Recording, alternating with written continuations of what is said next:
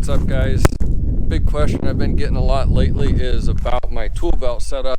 A lot of the guys who follow me on IG have noticed that I switched from my Diamondback Deluxe Framer to an Occidental Finisher rig. So I thought this would be a good day to make a video on that, go over all the differences and why I made a switch and took a big hit financially on selling my Diamondback rig. So basically, long story short, now I'm on the Occidental Leather Finisher set, and I've been liking it. It's not perfect, but I'm gonna go through the differences. I'm gonna say that one of the first things you've gotta decide whenever you're choosing a tool belt, you gotta decide if you're a vest guy or a suspenders guy.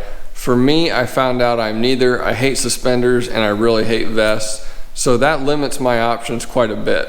So keep that in mind as you're trying to select something. The next thing you got to keep in mind whenever you're selecting something is size.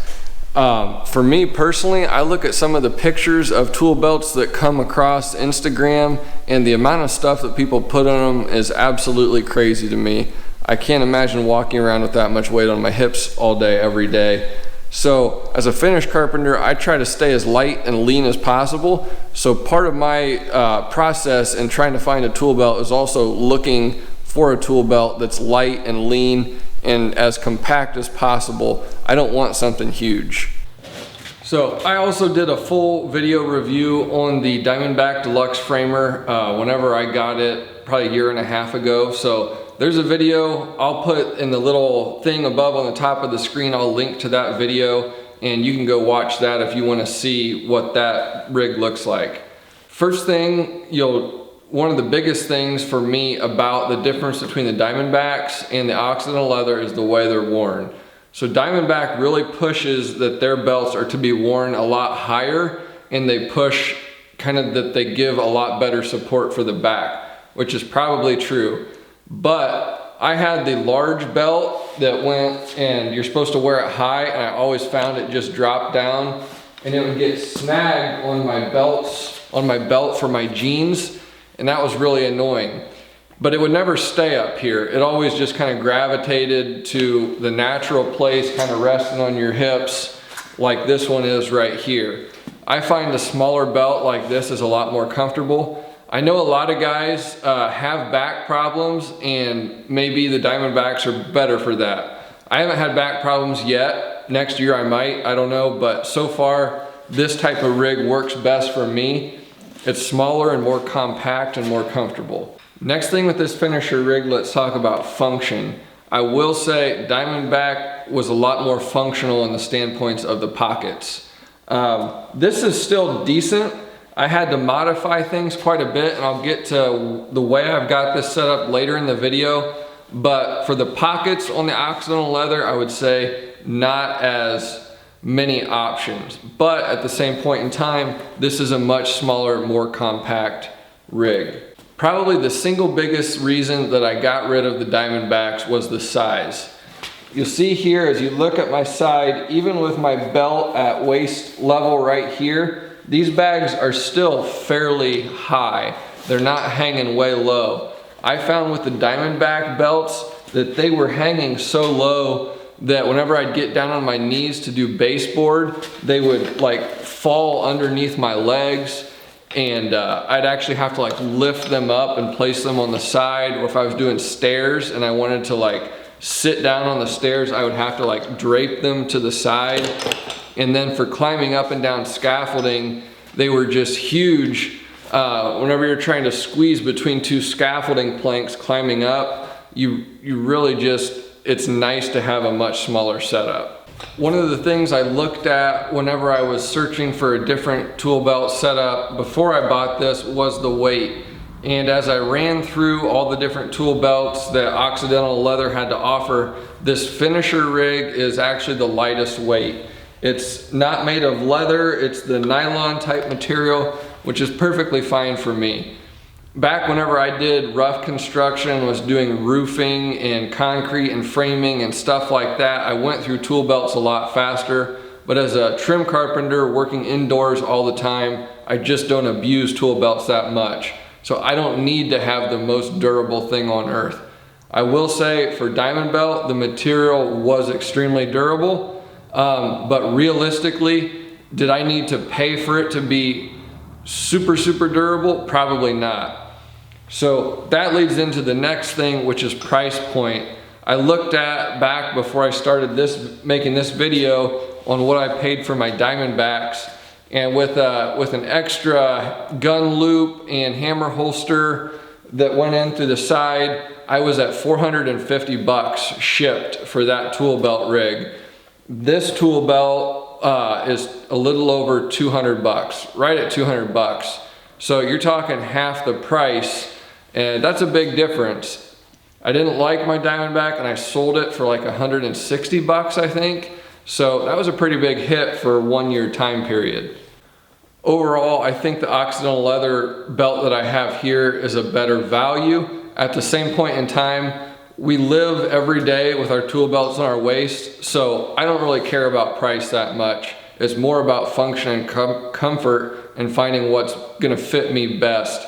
In the grand scheme of things, whether it's 500 bucks or 200 bucks, it really doesn't matter to me for something that I'm gonna wear all day long every day.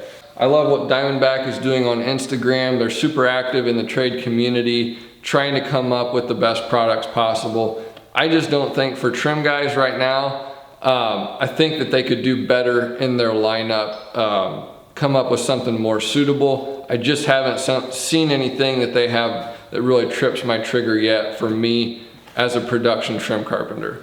So enough yakking about all that comfort and value stuff. I'll get into it now the way I've got this set up, which is probably going to be what most guys are interested in who are watching this video.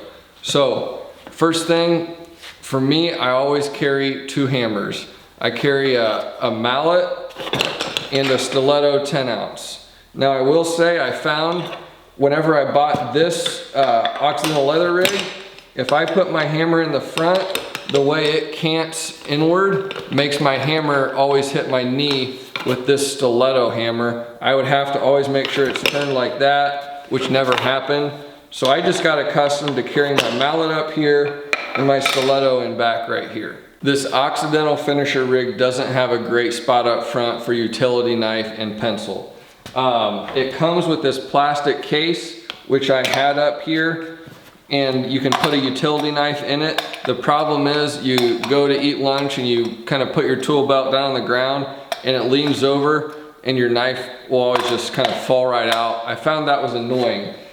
So I ended up finding a sheath on Amazon. This is, I can probably link to it, but it's more of a nylon material that gives a little bit more of a positive contact situation where the knife doesn't just come flying out. Pencil area doesn't have a great pencil area. I like to use these. I like twist erasers, 9mm lead, and I like a little bit bigger grip. So I actually had to cut the splice on this leather pocket up front for my pencil to fit in. It works fine, but it's not great.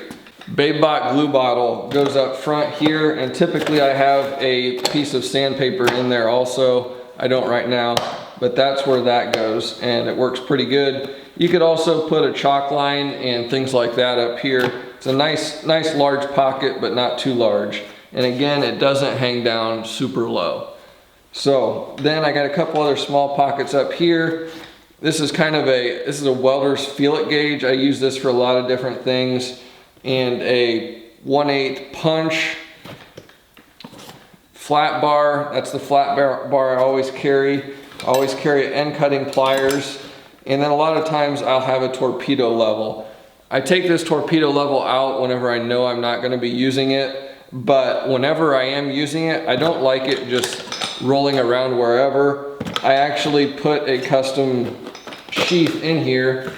And this was a leather sheath made for gardening, pruning shears. And I cut it up and made it work good so that it just clips on the outside here and it fits my torpedo level perfectly. That way I've always got a spot for it to go right where it needs to be. As you can see, it'll actually just fall right through there, but that doesn't matter whenever it's hooked on right there. Working my way around the side, This is a Occidental Leather hammer loop, high loop, and it stays right up here towards the front, and that's where my secondary hammer goes. I've always been a tape measure in the back guy, so I put a tape measure holder right there. Typically I'm always using a Fat Max 16 foot. Doing interior trim work, I'm using a laser a lot of the time, so I don't need a 25 foot tape. 16 works just fine. Moving on to my left side. The thing I've hated more than anything about this Occidental Leather set is that my speed square is on the left. I know a lot of framers say your speed square should be on the left. I disagree. I'm not a framer and I'm not marking studs all the time. My speed square use usually involves my right hand. So it was really hard for my whole life. I've had a speed square on the right side. It's been really hard to get used to it being on the left. These two pockets on the outside, this is a large pocket and it's split. It works great for a stud finder. This is the Franklin. This is the best stud finder you'll find. Super functional, works great. It fits in there really well. However, sometimes I have to be careful climbing up and down scaffolding. It'll fall out and take a diving plunge just because it's a little bit loose. But I really like these pockets.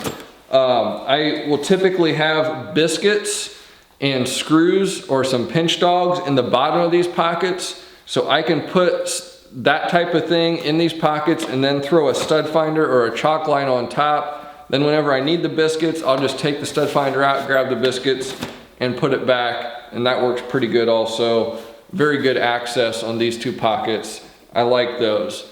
The other thing I use them for is, a lot of times I'll use wood blocks to keep my baseboard up, and I'll use a whole handful of them, and I can load one of these pockets with those blocks and run baseboard, and that works really well, just putting that kind of thing in and out.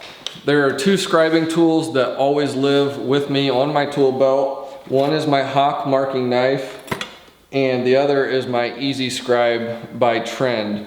This Easy Scribe fits in really nice in this leather thing back here. It's a nice tight fit, so I am pleased with that.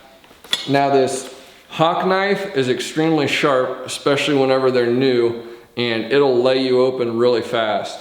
So for that, I use, Occidental Leather makes these. They're like a plastic sheath for nails or chisels or whatever. But I took one of those, put some tape around it, and that is where I also keep my 1.5" 18 gauge nails, and then I also put my Hawk knife in there. That way it's not gonna poke through. There's a nice cavity pocket in here that sheath fits into nicely. One of my favorite things about this tool belt setup is towards the front here, my laser. Of all the tool belts I've used, it drives me nuts. Nobody thinks about a laser, which is probably one of the most crucial tools for a modern day trim carpenter.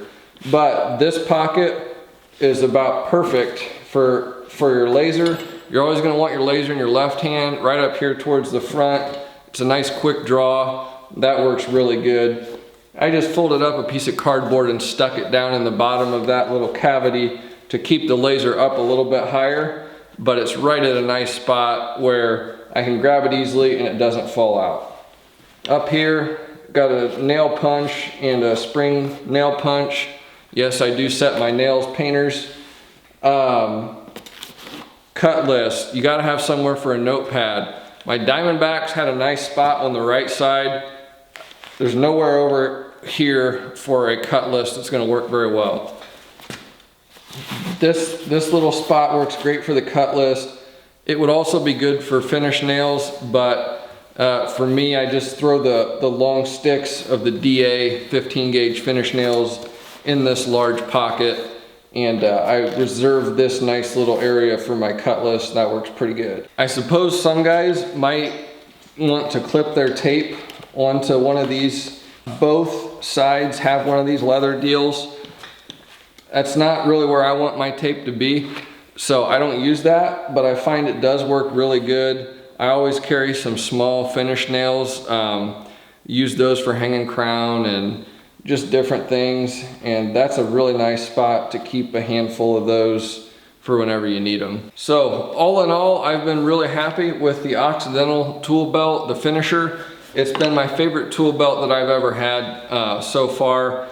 Again, not perfect. There's some functionality things, but as far as size, weight, overall setup, it's been my favorite by far. If I would change anything, it would just be a couple of these little small pocket configuration deals, but that's what everybody's gonna have because everyone's workflow is different. One of the other big things that I think is important to be able to keep your tool belt setup lean is to have a secondary tool tote with your tools that you use but you don't need to carry all the time contained in that tote. So there's a lot of things here like double squares, chisels, miter gauge, screwdrivers, additional pry bars, wood filler, safety glasses, got 2 chalk lines in here. Stuff like that is all stuff that I certainly use,